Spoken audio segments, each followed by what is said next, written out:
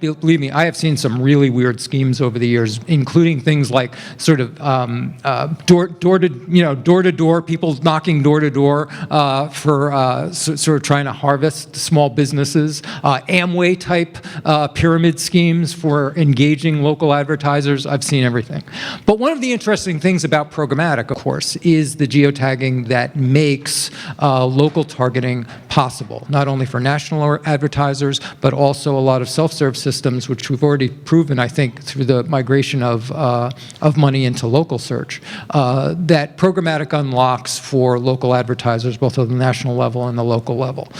So understanding the ways in which programmatic overlays with local is important, and I think is going to be especially important over the next few years as we start seeing more of that money come online, in many ways follow some of the patterns that we saw in search over the last 5 or 6 years. To talk about the evolution of the local market as it relates especially to programmatic, we have with us Rick Ducey, who is the managing director of BIA Kelsey. He has been with the company since 2000, which has got to be one of the records in this industry, has been doing analytics, metrics, market sizing, and consulting for 30 years, including advising clients like Google, Michelin, and Microsoft. Please welcome Rick Ducey. All right. Thank you, Steve. Great to be here, and yeah, it's almost the introduction was sort of fun. Local's a little weird, so sort of the Austin of media. Keep Austin weird. So I'd like to talk about local from a couple of different perspectives. There's some interesting things that go on in local, and from being to a number of these events, thank you, Ken, thank you, Steve, and having a chance to talk a little bit about kind of the local perspective on things. Hopefully I'll have some data and some insights that'll be interesting and even more hopefully useful for you. So I wanted to start off as Steve started to by putting local in a little bit of context, share some data and ideas, and then from a brand perspective, talk about some of the things we're seeing around brands doing local activations, some kind of interesting movement there and opportunities that you may be aware of more or less vaguely, but we wanted to point out some of these things. And then I thought I'd wrap up by focusing on specifically how programmatic is coming to local TV. So programmatic's been around for a while. It's more mature on the digital side of things. I think last year's NAB show, Janice Finkel-Green said that she loves digital because of the targeting. She loves TV for the ROI. Isn't there some way we can bring those together? It's been happening on the national side, but a lot of television delivers ROI at the local side, so what's happening there? So I'll conclude with some experiences and some data we've been getting around local programmatic and TV. But first, I want to start off with setting the perspective a little bit about the idea of what's happening now bubbling into local TV from all the other parts of programmatic. Does anybody here have a Amazon Echo device? And you know Alexa. And one of the things Alexa will do for you, the artificial intelligence powering the Amazon Echo device, is you can say, Alexa, tell me a joke. So Alexa told me a joke, and I thought I would share this with you. So how many ears does Captain Kirk have? Any guesses? 3 ears. He's got a left ear, he's got a right ear, and of course he has the final front ear.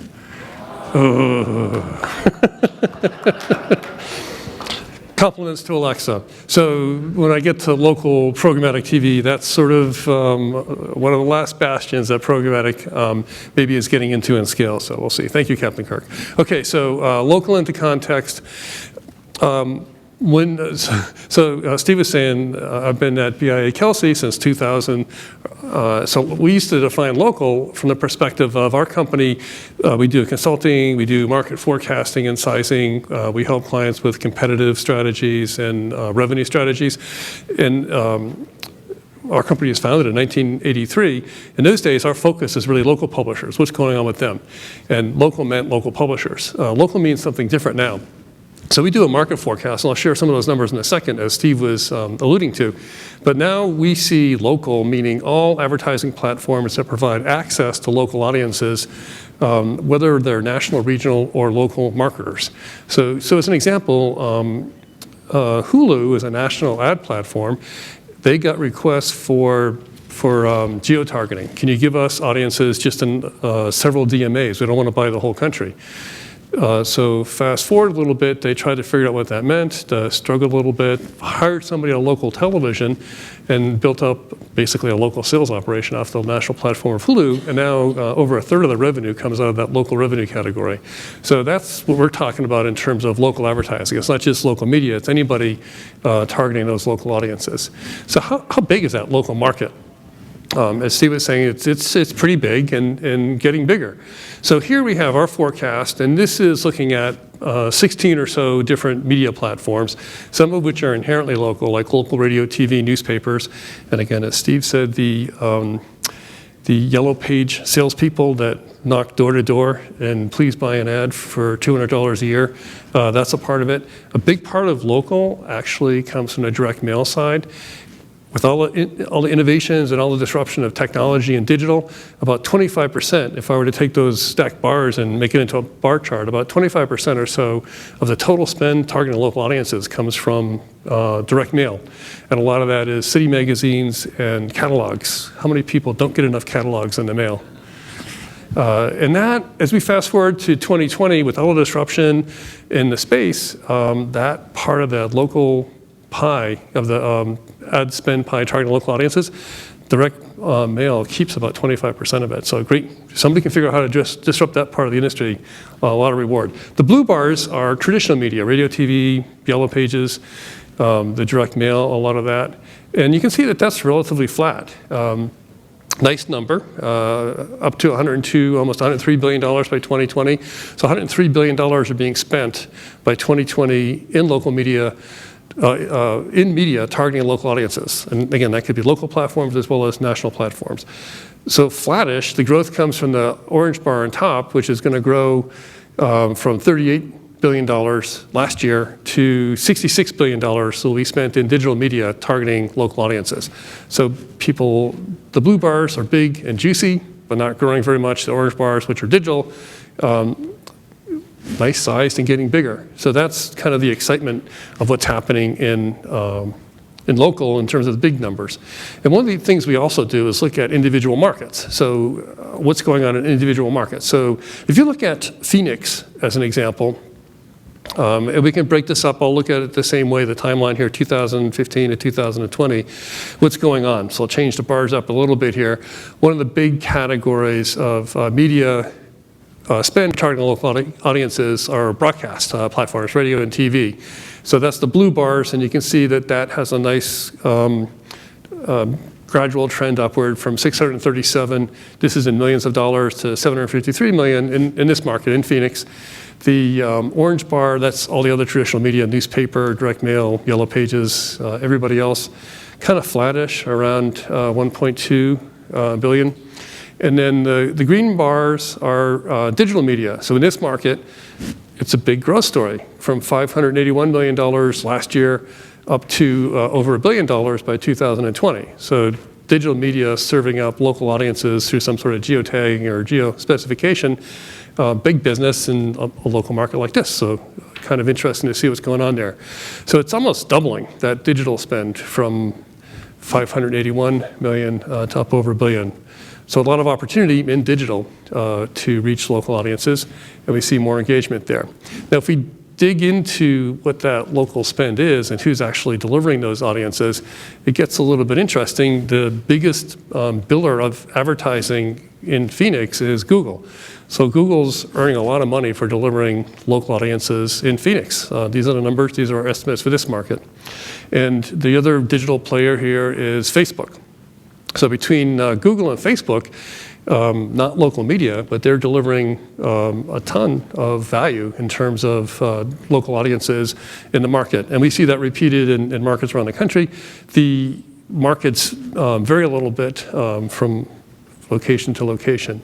But generally, that's a big trend we're seeing. A lot of competition, essentially, for physically local media from more national platforms that are able, through programmatic and other means, to deliver those local audiences. Okay, so for some brand to local trends, I wanted to talk a little bit about this. if we look at a different way of thinking about all that ad spend targeting local audiences, who are those advertisers targeting local audiences? And we look at this a number of different ways, but one of the ways we can look at this is advertiser types by whether it's a national advertiser or brand. If it's a local SMB, as Steve was talking about, local businesses advertising locally through local media or non-local media like Google or Facebook. And then businesses that aren't small but aren't quite national businesses either. So the blue bars on the bottom, those are small and medium businesses. They are going to grow their spend from $50 billion to about $61 billion over our forecast period 2015 to 2020. A nice compound annual growth rate, $10 billion increase, over $10 billion increase, 3.9% compound annual growth rate. The middle bars, the orange bars, those are companies that are bigger than small, but not as big as national. And they're sort of flattish, 34 billion-ish over the 5-year period that we're forecasting. But some interesting growth comes from national brands who are allocating more of their spend to targeting local audiences. And talk about that in a little bit. But that's 17 billion new dollars are going to be spent by national brands targeting local audiences. Almost 5.5% compound annual growth rate. So that is the biggest growth category for targeting local audiences coming from national brands through all these different media platforms. So I'm going to talk a little bit about programmatic TV and local, what's going on there. Programmatic is coming to local TV after national TV. It's been in programmatic technologies and solutions that have been in local TV for a bit, but it's really just in the past year and a half or so that it started to get some weight and some momentum. And talking to different people in different parts of the market of local TV and programmatic, there's a lot of moving parts and pieces, as we all know, I've talked about, but it kind of feels like from talking to people, they're sensing another year and a half or 2 years before it really becomes a big factor in local programmatic TV. Some surveys out there, just to share some of these findings you may have seen. Strata did a survey last fall asking agencies, how many of you agencies are going to allocate spend to local? And we've just seen our forecast is that brands are going to be allocating a lot of spend to local, a lot of growth targeting local audiences. And the agencies can get to local through TV. That's a nice platform. But 2/3 say not so interested in programmatic and local TV per se. And why not? Well, it's not where marketers are seeing the opportunity in programmatic for various reasons. So another survey, RBC Capital Markets, an advertising age, did this survey, and mobile's very exciting. Digital video is very exciting, but TV, 8% is where marketers are seeing a lot of opportunity in programmatic. So even though TV as a local platform is interesting from a programmatic perspective, still sort of backwaters. So these surveys would have us believe at least. Yesterday at Rob's lunch panel, we had an impromptu session on local programmatic TV with Larry from Wide Orbit, saying, there's actually some very interesting things going on there, but a lot of people don't really know it or understand it. So there's some education, some awareness, and basically some proof, I guess. I mean, people have to see what's going on and see it's working. So we've been working with Mitch Oscar. Some of you may know Mitch. He is at USIM. I'm going to give a few USIM stories. He's also been covered in MediaPost. Mitch is one of our executive industry advisors trying to help us understand, provide some thought leadership for our clients and others about what's going on with programmatic and local. And so he created, last summer, we've had a few sessions of what this kind of paradoxically secret society is doing to shed light on what's going on with programmatic. So we put together a couple of these sessions with different players, data people, technology platform people, media people, agency, to try to say, okay, let's share some knowledge here and see if we can figure out if this local programmatic is going to work, and share some findings, share some questions, and see what we can learn. So last week we brought a lot of this discussion together in a webinar we ran, pulling together people from different parts of the industry. We had Vidya, USIM, Strata, ComScore recently acquired RenTrack, which is a key source of data for addressable TV, of course, and then they add in the richness of all the other things that ComScore can do. One of the big broadcast groups, Sinclair, and then another person talking about Russell talking from USIM from another kind of case study. So I just want to share a few of these kind of things that we were focusing on with respect to programmatic, local, and particularly local TV here. These are some of the questions that we came up with. Okay, so what do we need to know? What do we need to share with people to understand better about what's going on with local and programmatic TV in this case? Is it compatible with existing traditional planning and buying? What are the key partnerships need to happen? We can't do it all alone. How do we partner? How do we collaborate? What's the competitive space here versus developing win-win strategies with collaboration? Is programmatic TV selling and buying, is that compatible with the existing buying selling approach? Will TV buying have an impact on local TV inventory pricing? Some people say that you want to protect the premium inventory, but actually through programmatic you can expose inventory that wouldn't be visible in other buying systems, other trading systems for local TV. So it could actually be adding value to some of the inventory from the broadcaster's perspective, and it exposes inventory to buyers that wouldn't be seen through traditional buying systems. So sort of interesting interaction there. And then data. I mean, programmatic is really about data and targeting. We get those richer efficiencies there, and hopefully that leads to better ROI. So just a couple of examples. Going back to MediaPost, they awarded their first award last year to the Programmatic Agency of the Year, USIM, and we have some USIM people here today, I know, who have been speaking, doing a great job. So the Programmatic Agency of the Year, US International Media, and this is from the perspective of television. And I'll talk how this touches into the notion of local too. So Russell Zingali, the president of the Eastern Division of US International Media, has been working with an account, Aruba, picked up the account in 2012. That's an account that was pretty heavy in national media, national print, and in digital. When they looked at TV buys, too expensive for them, so they stayed in some other platforms. Then they said, well, what about programmatic? Can we expose some inventory that may be cost effective to us that we wouldn't be able to see otherwise? So they developed an RFP and started to get some responses back and did some executions. And then just long story short, their KPI, the Aruba Travel Bureau, wanted to drive people to Aruba, of course. They wanted to get different kinds of households than they could get through standard kind of local TV targeting criteria, gender and age.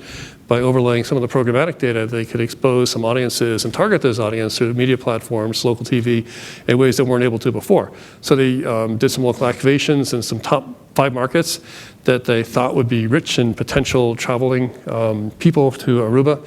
The results, basically programmatic and addressable is another way to do this, doing set-top addressability. You can put more data into the mix with programmatic so you can get more efficiencies and concentration of the audience. And it happened. I mean, that kind of delivered. So the ROI of programmatic TV demonstrated versus some of the alternative ways of buying local TV worked. So the client's happy. They were achieving some of their KPIs. So Russell's kind of takeaway over there, as he quoted in the MediaPost article announcing the award of Programmatic Agency of the Year, by targeting audiences more precisely versus addressable, and even more so with programmatic TV, Russell is saying that his agency, USIM, was able to demonstrate ROI of TV, avoid waste in reach and frequency that would otherwise occur by national TV. You don't really get the targets that you want to. So another USIM case study, De Lorenzo, EVP Planning and Strategy for USIM, has done now a couple of dozen different local programmatic TV campaigns and likes it. Her comment there, we've got 24 tests under our belt. We are major proponents to link digital tech with highly experienced negotiating teams. They take the human factor and the tech factor, bring it together. It's everybody's priority to minimize waste. Programmatic TV helps us crank up the ROI for clients, and that's a good thing, of course. Agencies like us, she feels, are going to be all over it. So these are some kind of happy face success stories around programmatic. Lots of challenges, but there's a few different examples out there of how this can work really well. So one of her case studies she shared was for Chevrolet, the Tier 2, the Chevrolet Local Dealers campaign, across a bunch of different geographies. They were representing 130 Chevy dealers. How do we help you guys sell more cars? 12 different markets in different regions. Their activation was using NCC, Comcast, and the Audience Plus platform, using just local cable television. In this case, by her and her clients' metrics, phenomenal success, nice efficiency, nice targeting. They achieved their GRP goal with nice efficiencies, depending upon the market, of somewhere between 15 and 25%.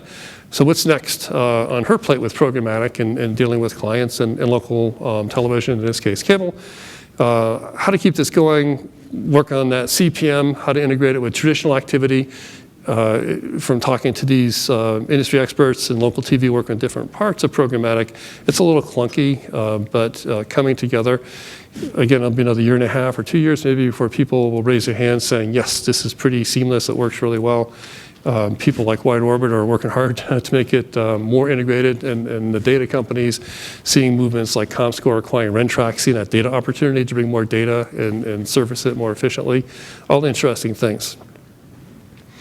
So kind of our takeaway, listening to what's going on and doing some analysis of what's going on in local TV, basically local programmatic TV, how does it serve brand goals? Local TV is nice. If you buy national, pretty efficient, relatively easy to do. Buying local, it can be a horror story. But local adds value because you're extending your audience. You're getting to different audience than the national platforms will deliver. You can localize the message a little bit differently by even leveraging the local media brand. The 6 o'clock news, for example, if that's important to what you're doing. So it helps you extend the audience. It helps you concentrate the audience. That drives some efficiencies in terms of delivering messages against that target segment or segments. And then that drives the cost effectiveness of the whole buy. And then, as we heard Russell and Dot talk about some of their campaigns, ultimately it ends up with satisfied clients, which we like to see. So a few takeaways from this. Local advertising is a growing space. The growth is going to come more from digital than traditional media. So the traditional media offering digital products, of course. Interesting to see how that shakes out. Programmatic is going to be a key driver of that, as advertisers want to see that targeting efficiency in traditional media that they've seen in digital media. And the tools and processes and collaborations are evolving to deliver that. And within that growth in spend, a lot of the growth in spend targeting local audiences is coming from national brands. So they're seeing higher ROI and efficiencies and concentrations and effectiveness with the campaigns by leveraging localness of the different media versus just national-only campaigns. Let's see, national brand spending will grow by more than $12 billion. Shifting to digital media, and the programmatic platforms offer more ways for traditional media technologies to look more digital by adding in data overlays and trading platforms. Early experience, to summarize a couple of case studies I was sharing, local programmatic TV is promising, but still has ways to go together, but pretty interesting space going forward, we think. So quick look at what's going on in local, some of the market sizing trends, some of the tech trends, and some of the buying and selling trends, particularly focusing on the example of local TV and programmatic. Thank you. Thank you, Rick. Any questions?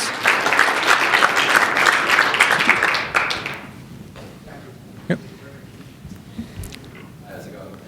Timothy Mescal, Affinity X. So just a quick question. Sorry. You had a local media spread kind of put up there with Gannett's, Right. Google and Facebook. So what kind of threat do companies like a Web.com or a Reach Local have to these local media companies? And what's the level of threat gauge that you see in the next years? So we just did it by spend, and we created the data for that exhibit from company 10Q or 10K filings, and we do surveys of the marketplace, so aggregating a bunch of different data. That's how we get it. And so these, like the Reach Locals and the YPs, which are YP.com, is a majority digital now. So that all flows into that. We just picked off the top 10 billers. If we go deeper, you're going to see more of these companies surface in that spending mix. I guess the question is what level of threat do you see? Oh, threat, I'm sorry. Opposing to a company, like a traditional media company like Gannett? Gotcha.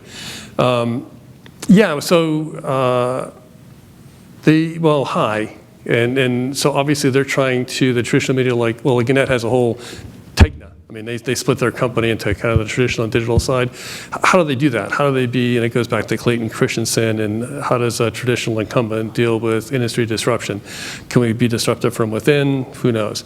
So yeah, it's a threat, and of course the flip of that is it's an opportunity. So you see like the YP companies knocking door to door, selling $200 a year ad packages. Their traditional revenue has been in decline. They've been able to grow their digital revenue, so the majority of revenue now is digital, which is, yay, congratulations, you're digital, but the reason it's majority is because the traditional has come down so much. But you see still some of the top billers in there are traditional media like broadcasters and newspapers. For TV, maybe 5% of their total revenue now comes from digital sources. Most of it's over the air. Advertising. That may grow to 10% or so in our forecast period to 2020. So the traditional media, other than like the YPs and newspapers, are having a higher portion of digital also, but it's because the traditional side is getting compressed and our margins are getting compressed a little bit. So basic answer, you see Google as a top biller. You see Facebook as a top biller. They really weren't in the local mix. So the local media are challenged to come up with competitive products and services to deal with that. And they're starting to. They're trying to figure out ways to do that by by breaking up their companies to have different tracking stocks, by doing innovative entrepreneur things where they're trying to, within their own companies, be entrepreneurial. And then through acquisition, of course. You see companies like Sinclair is talking about, they've made a number of different acquisitions in the programmatic space, trying to buy market share or buy knowledge capital to compete differently. Could you distinguish between addressable and programmatic when it comes to TV, and who are the players that have programmatic inventory, tend to have programmatic versus addressable inventory in the market? Sure. So for addressable, I mean, that kind of ties to set-top boxes, which are cable, satellite, and telco players. And you can drive some data at the household level and then do data overlays over that household, tying it down to zip code. So in the USIM case, one of the pluses of using addressable campaigns versus campaigns driven by Nielsen planning is you can go beyond gender, age, and broader geographies into zip code geographies. For the local TV side, I didn't talk much more about it, but going back to the question also about what traditional media are doing. A company like Cox has a number of different plays in media. One of their answers to what's going on here is to start up this company, Media, which is a supply side, Ford Reserve programmatic auction marketplace that services local TV broadcasters. That's how they're trying to make their play in the mix. And so Video will be a supply side platform for local broadcasters, and you can overlay. They have connections into the half dozen or so top data providers. So you can go beyond set-top box data with household data, overlaying bulk auto data or something like that, into getting into literally tens of thousands of signals that are driven off of the different different data providers that Video is bringing in for local TV. Rick, thank you very much. Thank you.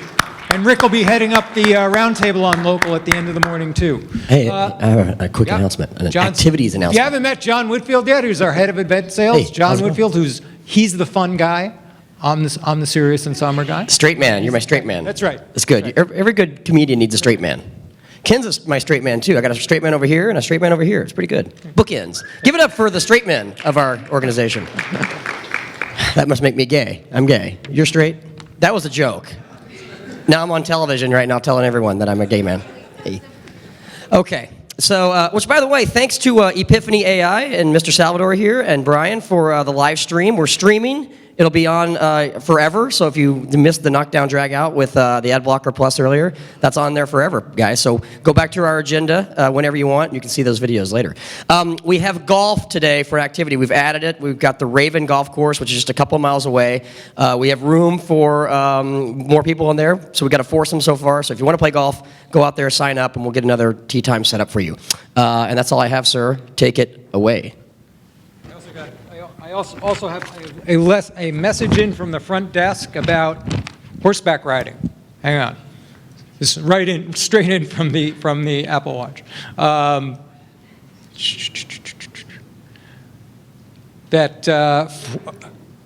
Yeah, we're not doing the balloon, but this is for horseback riding. Please wear long pants and jeans and sneakers. hats and sunglasses would be good, and sunscreen, for those of you who are going horseback riding. Let me ask Keith Piper and his panel to come forward.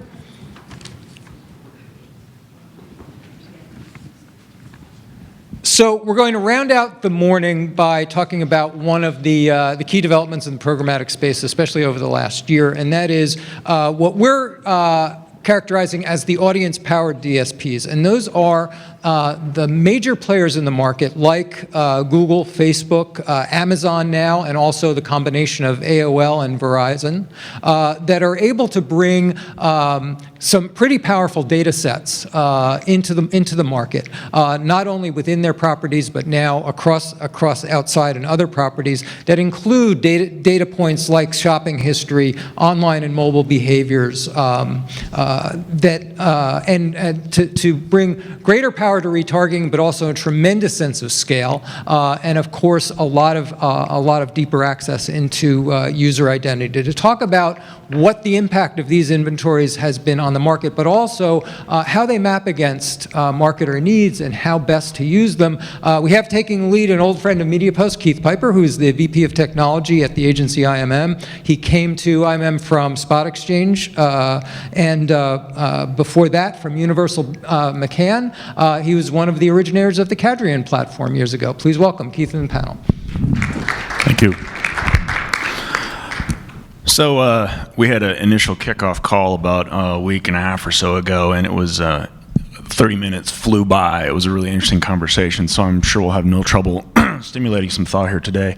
Do you guys want to give a quick intro and maybe a little background as to why you should be up here? Sure. So I'll start. Dustin Engel. I work for PMG, which is a digital agency out of Fort Worth, Texas. So we work with typical brand advertisers like Beats by Dre, to kind of brands that kind of cross over between brand and direct response, folks like J. Crew and Sephora, to hardcore direct response advertisers like an OpenTable.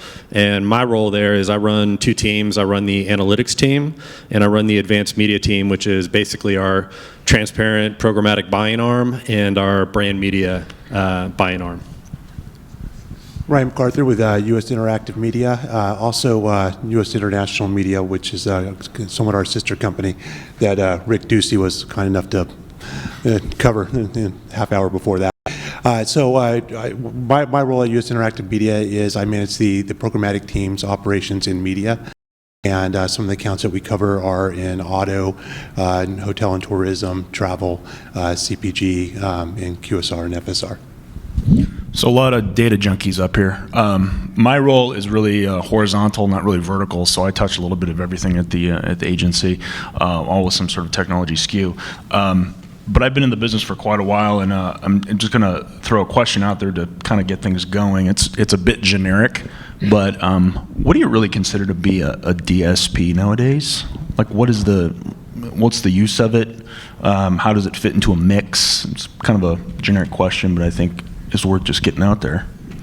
I think for us, a DSP is basically a buying platform that enables a procurement of media, with the caveat being that we actually will drive the tools on a self-service model. So basically there needs to be the kind of requisite functionality for us to be able to do what we do from a data standpoint, from a workflow standpoint, and from an automation standpoint.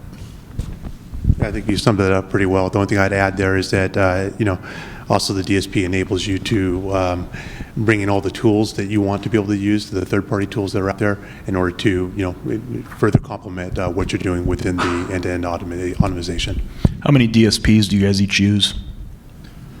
Well, I raised my hand yesterday as the guy who had 5 DSPs, and I actually got called out at dinner for that. But yeah, so we use 5 different DSPs, and candidly, it's a lot of the same reason that the presenter at lunch talked about yesterday, which is each DSP basically serves a very unique purpose. We started with one not that long ago, a couple years ago, and we kind of realized that there's pros and cons to each one. There's shortcomings. There's points where it's advantageous for one client and not another. So we've The one thing that we've had to do, though, is we've had to basically build the data infrastructure around it, which basically allows us to kind of standardize placements across all of our platforms, and thereby be able to actually make sense of actually using 5 DSPs. What are the 5, like the channels or verticals? So right now we're pretty evenly split across MediaMath, DBM, AOL, TubeMogul, and Trade Desk. And I'd say 2 of them they just adhere very well to our workflow, so they tend to get most of the impressions on most of the campaigns. But obviously, video is a pretty big rising star for us, just based on the brands we work with. So we've kind of had to, build more specific solutions for video. And then, I'd say there's still kind of the open opportunity for, platforms that do have O&O inventory. There's still a time and a place for that. But candidly, I'd say over the last year, that's becoming less of a prerequisite for being unique. I think everybody's getting access to unique inventory. So the O&O piece is actually kind of dropped in priority. How about TV? We're starting to dabble in that, and it's, not to any great extent yet, but the way we look at it is a lot of the data automation that we've created, being able to kind of bring different systems in, client first-party data into the equation. As TV has scale, it's going to be a really nice fit for us, especially considering we do have a lot of our digital media invested in brand activities. So we're kind of just, it's going to be a combination of, client wanting us to do it, us having the right opportunity, and for us to kind of believe in the scale that's there.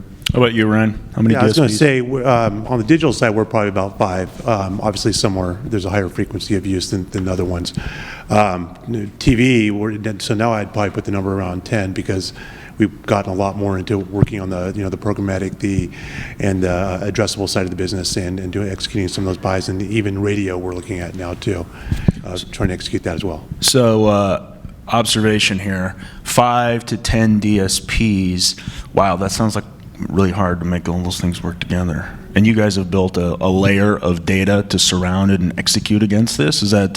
Yes. So it kind of starts with ad operations, and our agency is actually a pretty strategic endeavor, because in essence they're kind of the data integrity layer for everything we do. So basically any campaign running through multiple DSPs basically has kind of a prescribed naming standard that basically everything has to adhere to.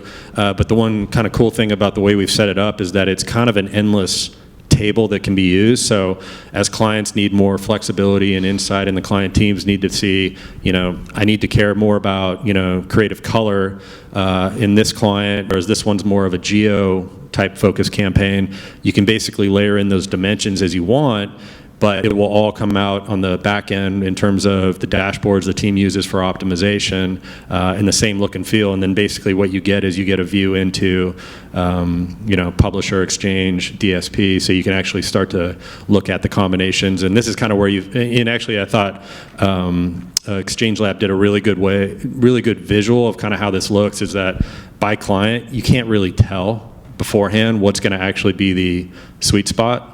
It's basically going to be, once the data starts flowing through, making kind of micro optimizations, macro optimizations. But at the end of the day, it is complicated with multiple DSPs. So that's kind of why we had to create basically that data layer up front to make it work. So is it kind of like a wrapper, if you will, that you have around all these DSPs to make it practical to use? It's that, and also, the one, and this is something I didn't even realize how complicated this was going to get until we actually started to have to tie all these things together. But pretty much every one of our clients has different attribution. And we have some really, unique attribution models where by country, a client has a different attribution model in terms of, how they credit post-impression conversions. Another one is basically going to have, site analytics as a source of truth. Another one's going to have ad server. So what we've actually built is this tool where for each and every client, we have all the business rules built into it. So that way, when we send an ad out the door, one, we're going to be able to know exactly what that ad is and what it did in terms of from a placement perspective, and basically kind of what targeting approach we're using, or geo time audience. But then on the back end, we're able to basically get a clean view into kind of the overall performance. And your integration layer is Microsoft Excel? Yes. It's a yeah. So I mean, well, not far from the truth. So we've actually built basically a pretty elaborate data warehouse. But the one thing that we use for a lot of those rules-based type activities is we basically have an integration with Google Drive, where basically the team each has their own Google Sheets with basically we say, we need these dimensions, and it goes down to fiscal calendar, attribution model, business unit, like all the things that are just kind of unique to each and every client. The teams fill these in, they keep these updated. This is also where they put in their budget pacing and revenue targets, and so that way every output we have on the back end, media team, if it's not specifically on the client team, we have total context into kind of the goals and what we need to hit. So Ryan, this sounds like a pretty monumental task to make all this stuff work together. Wouldn't it just be easier to go to one of those 4 or 5 companies listed in the description of our panel and just say, hey, do it all for me? Yeah, I would love that. But unfortunately, in the DSPs, to Dustin's point, you have the client, specifics, the parameters that make one DSP better than the other, but they all have different strengths and weaknesses too. So, especially when you start breaking down channels from between, video, mobile, and then display. A lot of the native display companies, the native video DSPs that are out there, they're doing display, but they're not doing it as well as, the native display, and vice versa. So, those are all the challenges. So, we'd all love to use one DSP. And then the bigger topic is the audience DSPs, which are going to further convolute that whole issue. Yeah, so a user is a user, right? It's one person, and you're trying to reach them through multiple DSPs, and you have some representation of that person via cookie or device or email or something like that, right? How do you make it an efficient process to target that user effectively across all those various channels? Yeah, well, more on the client side, you're going to try and stay to one DSP, ideally, if you can. But obviously, with some of the channel issues, you're going to have to combine those. You have to use display and one DSP for display and one DSP for video. So that makes it more complicated. So you just have to be more careful that there's not a significant overreach in the audience, but at the same time, you're using both those to lift each other, so the overlap isn't as much of an issue across channels. How do you suppose the notion of device IDs, probabilistic matching, and all that good sort of stuff, how does that fit into the mix when you're trying to reach an audience at scale through these programmatic channels and DSPs? Yeah, I think the probabilistic is not very good. So that's the promise of the audience DSPs. One of the upsides to working with them. I think we have to get to deterministic. I think the more that we're building models to say that, yeah, you're reaching this user, and whether the cookie, there's so many cookies out there too, and that's a whole other issue. I don't think that we can rely on cookies and probabilistic data to figure out who a user is. I think we need to move more towards deterministic. Yeah, and again, so you say we need more deterministic data, right? Yep. That list included Google, right, and possibly Facebook, and they have all that great juicy data. So again, why not just go to those guys and have them do everything for you? Well, I think, probabilistic, so the negatives of probabilistic, I'll give you an example. So when I'm at home working on my laptop, I can always tell when my wife's about to go on a shopping binge, because basically on my laptop I'll start to get ads for Zara and other fine ladies clothing stores, and basically you can tell, like, okay, that's a probabilistic model which is solely looking at IP address, right? It's like, great, now that's really targeted. But I think on the deterministic side, there's still so much, specifically talking about Facebook and Google. They obviously have the keys to the kingdom in terms of just massive reach. Like a real crazy statistic for Facebook is that active users on Facebook over the last 7 days is going to be greater than the 2010 census. So one, that I don't know what that says about the census, but two, it just kind of shows Facebook's reach is pretty much unreal. The problem is with those two, they also have a bigger bullseye on their back in terms of having to adhere to privacy standards. So at least kind of in, our dealings with both entities, so much promise. We're basically being very patient. We know that the opportunity is going to happen, but we're also kind of, there's a lot of kind of sit and wait while they have to kind of go through all the checks and balances to make sure that they don't blow up what's actually making that all possible for them, which is the consumer response. And especially if you're Facebook, which is basically a consumer platform that we all use on a regular basis, if you blow up the consumer trust, then the door is open for you to be, gone as fast as you showed up. So I think deterministic is where we all want to get to, because obviously if I can say, this person bought in my client's store 6 months ago, and I know that they're probably due to basically kind of, get the new season line of clothes, I want to be able to bring them into a platform, target them uniquely, and then also say behaviors that they show, I want to be able to actually target people like them. But the challenge is that the entities that really kind of truly make that possible at huge scale, they have some checks and balances, so I think kind of the net is, I think a lot of DSPs have built-in kind of audience capabilities, kind of deterministic, probabilistic, so I don't necessarily think negatively of those solutions, at least in the near term, and I think that they're going to continually try and grow the deterministic side of the business. So if I'm a marketer, advertiser, and I have a giant database of first-party cookie data or device data, I'm sort of looking at that and thinking to myself, well, this is my customer list. Isn't it effectively, aren't we talking about kind of employing audience data through a DSP as sort of like a new form of CRM, if you will?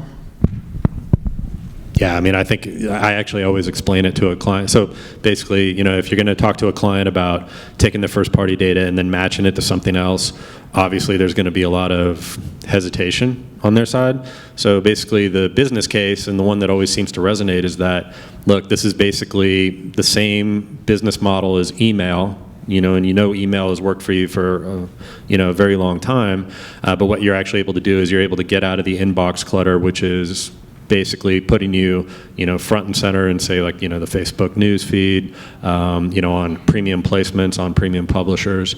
So that's kind of how it's explained. And then the real trick, though, for an advertiser is that in order to basically weaponize it like email, you actually have to go through a bunch of steps from a logistics process to make it work. And number one is, how do I get the data out of my systems into those systems on a repeat basis? Because if you take the case, like, say you're Match.com and you're an online service that has a subscription, when you sign up, basically you want to be taken out of that file so that you don't burn media impressions anymore. The only way that really is possible is to basically have something that's going to give you like a daily refresh into those platforms. And so, candidly, that's why we actually had to build one tool on our side called AMP, which basically is, all it does is it's the logistics arm of basically getting hashed information out of our client systems, allows them to do the segmentation in the tool, and then deploy those audiences across media platforms. And people always ask, like, hey, is it a DMP? Absolutely not. It is purely a logistics mechanism so that you as an advertiser don't get stuck with this treasure trove of an audience and trying to figure out how to actually get that into a media platform. You brought up an interesting point I want to touch on a little later, but you suggested trust, and we're talking about audience data and using audience data sort of willy-nilly in a lot of ways, and privacy, I think, was mentioned. Ryan, how do you guys address data privacy and the legal issues globally, and the patchwork of laws that you have to comply with? How do you guys address all of those things? Cookies, devices, declared data, inferred? Yeah, I think the important thing is just obviously, one, be aware of all the laws and the constantly evolving laws. I think last night you were referring to some new California laws that are going to be coming up. So it's being very aware of that, making sure that you're educating the clients on what the laws are.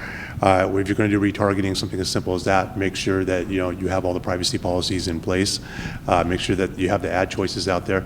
A lot of consumer rights groups have obviously, we've seen, are pretty good at pointing out the fact when an ad from a major advertiser does not have that, as simple as the ad choices logo on a banner. So, I think it's making sure that you're doing all those things. The data security within the company, making sure there's a company policy, the employees are aware of that. You mentioned hashing, making sure that that's in place when you're moving data from one system to another. Excuse me. So when it comes to all of this data again and deploying it across channels, the logistics, the technical glue, all the various DSPs that you might be using, we've heard a lot about advertisers and brands who want to take programmatic in-house. Under what circumstances would you suggest that being a good idea, and what are some of the gotchas and things that typically are overlooked? Well, I think yesterday there were some really good points made about brands actually taking the technology stack in-house, which I think that's actually the right mentality a brand should have, so long as they understand kind of the big caveats involved, which is, if you bring multiple pieces of a technology stack in-house, there's system integrations work that has to be done, and you can't avoid it, right? And so I think the technology stack in-house is a good first step. Now for us, we operate a transparent programmatic model, so it's not anything that causes us any heartburn if the client actually says, hey, I want you to use my platforms in-house. It's something that we're comfortable with. But I tell you, the thing that I think is a huge challenge for a client that has that endeavor is and this is the pain I go through in trying to run a business team that's focused on this channel, is basically talent. Good talent in this space is extremely scarce.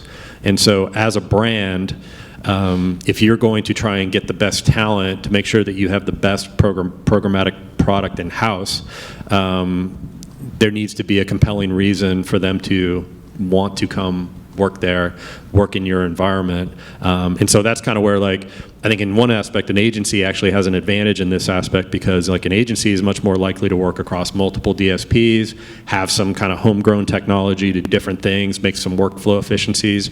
Brands may invest in those activities, but more likely they're going to invest in activities that are kind of core to their business. And so I think a brand when we talk to a potential client, our stance is pretty simple. It's you should be constantly migrating things in-house. There's just certain things that we think a brand should do in-house. As an agency, if we're not the tip of the sword or the ones doing kind of the skunk works, the things that are just really kind of emerging, complicated, then we're probably not generating a ton of value.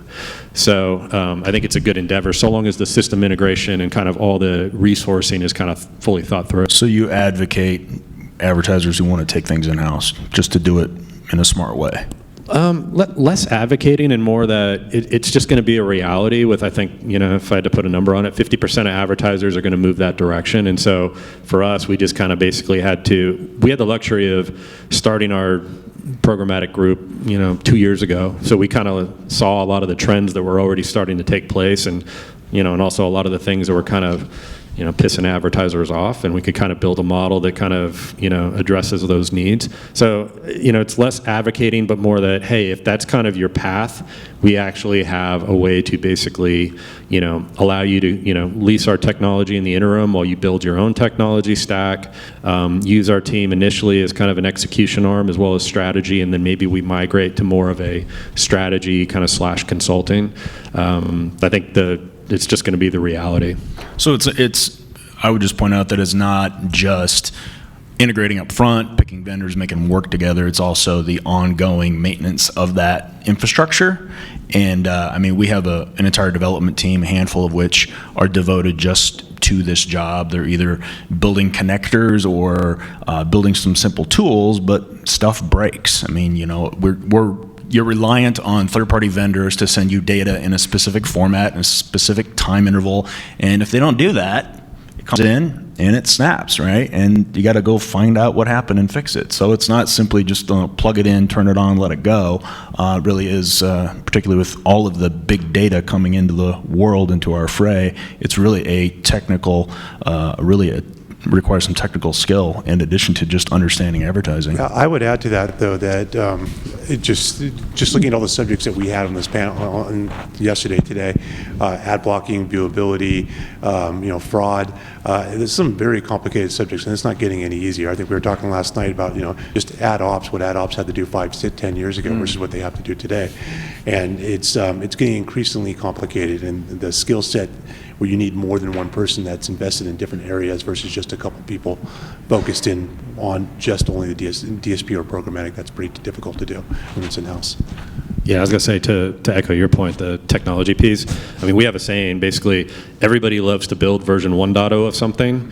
Everybody hates 1.1 and beyond. And, it's basically like the maintenance and support of existing systems. Like, and I don't think that's exclusive to a brand or agency. I think brands and agencies both have the same issues in having to maintain a technology, but like if you're going to commit to building technology, you need to commit to it, and it's not a one-time thing. So you mentioned this a while back. Do I need a DMP to activate my audience through a DSP?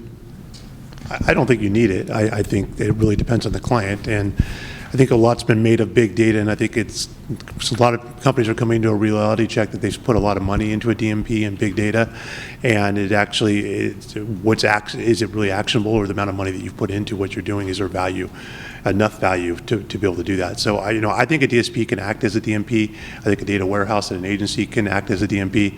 I think you can do a lot of different things. It just depends on how big you are and how nimble you need to be, and what you're going to do with the data, and really having a plan with the data, because I think that's what I'm seeing. A lot of people, they have all this data now, but there's not really a plan about what to do with it. Yeah, I think when it comes to DMP, I mean, I think there's a definitive scale question you should ask yourself. And I mean, so basically, DMPs are, they're not inexpensive unless you kind of get them as like a value add within another platform. But you kind of need to be doing, a certain level of impressions, I think, to basically have the opportunity to, pay back the cost. I think when you factor in, like if you're trying to match first-party data into your DMP, just based on match rates of kind of how those systems work, you probably need, to be at a certain scale for the match rate to really pay itself off. And so, we see a DMP as being very valuable in a lot of situations, but, in some situations, it's not a valuable tool. It's just there's probably bigger priorities for the advertiser from a technology investment. We talked about this a little bit last night, Ryan, when you have a lot of, let's just say, offline customer data, the CRM, if you will. How do you get all of that data online so you can activate it? Is it through the big integrated systems like Google, Facebook, AOL, and so on? What steps do you take? And like you mentioned, match rate. I think that's sort of an unspoken reality here that a lot of people don't necessarily understand either. Yeah, I mean, all of the above. It just really depends on what the tactic is and the strategy is for the particular client. It's either going to be a third-party data matching company, or just going directly into Google, or any of that. But it's another thing you have to be careful with. That 1 million people or 5 million people sound like a lot, but when you get a 40% match rate on that data, that audience is down gets small very quick, and then that drives up your media costs too. So is it really worth doing it? So you kind of have to look at a lot of different factors about whether you want to activate an offline audience or not. Well, I think that crystallizes the opportunity, especially for like a Facebook, right? So, when we're doing audience matching, in more traditional media circles, we're seeing like, the 30-40% match rate. But when you actually look at, when we're doing the custom audiences within Facebook itself, I mean, we're averaging a 75% match rate, and we've had as high as 90. And so when you're kind of thinking about, Facebook, rolling out their version of a DSP, in the near future, that is basically kind of the opportunity, right? So if you can move from a 30 to 40% match rate and even get reasonably close to even say a 75% match rate, then all of a sudden you can actually start to see audience targeting is really kind of a true CRM extension, which I think that's kind of what advertisers really want for this to be, something substantial. We have to break, but we can move this. We're going to go to the roundtables anyway, so we could just move the Q&A session into the roundtable on this very topic. Keith, panel, thanks very much, guys. So we're going to break for roundtables. The first roundtable, Dave Zinman is leading the ad blocking and you roundtable, which is right here. The ABCs of header bidding, Ashley is going to be heading that one, and where's that one?